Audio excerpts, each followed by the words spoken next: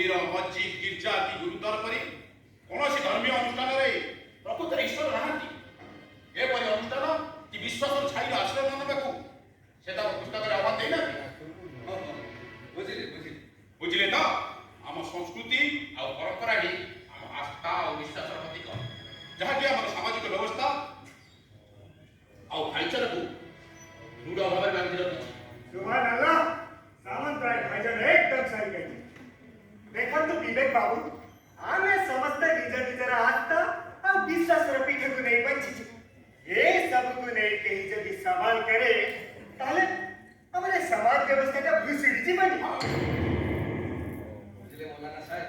ये जगतीकरण जुगरे गोटे प्रोडक्ट रे असंख्य ब्रांड देखिया मिलछ ग्राहक मान पसंद करे सब कुछ क्या बात कर रहे हो तुम चुप चुप कर चली आती हो हमारा आस्था और धर्म विश्वास को तुम्हें बाजार में खरीदारी होती बा सामान सातुल ना कुछ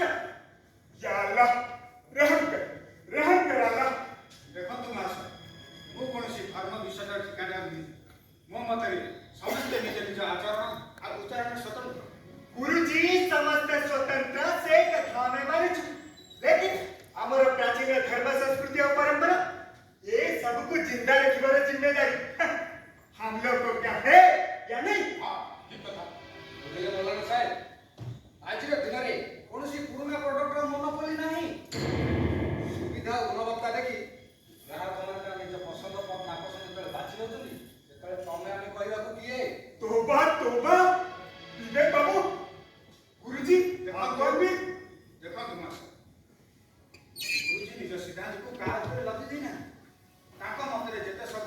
आस्था विश्वास पार्थिव अपार्थिव बंधन रही से सब मनीष बाहर को आसिया दरकार ताहा नले से माने छाई परी मुक्तिर बाधक साजी ठिया असल कथा ए हां आपण निज कथा कहतु कहारी आपत्ति नहीं हेले अन्य कौन धर्मपीठ कि धर्मानुष्ठान को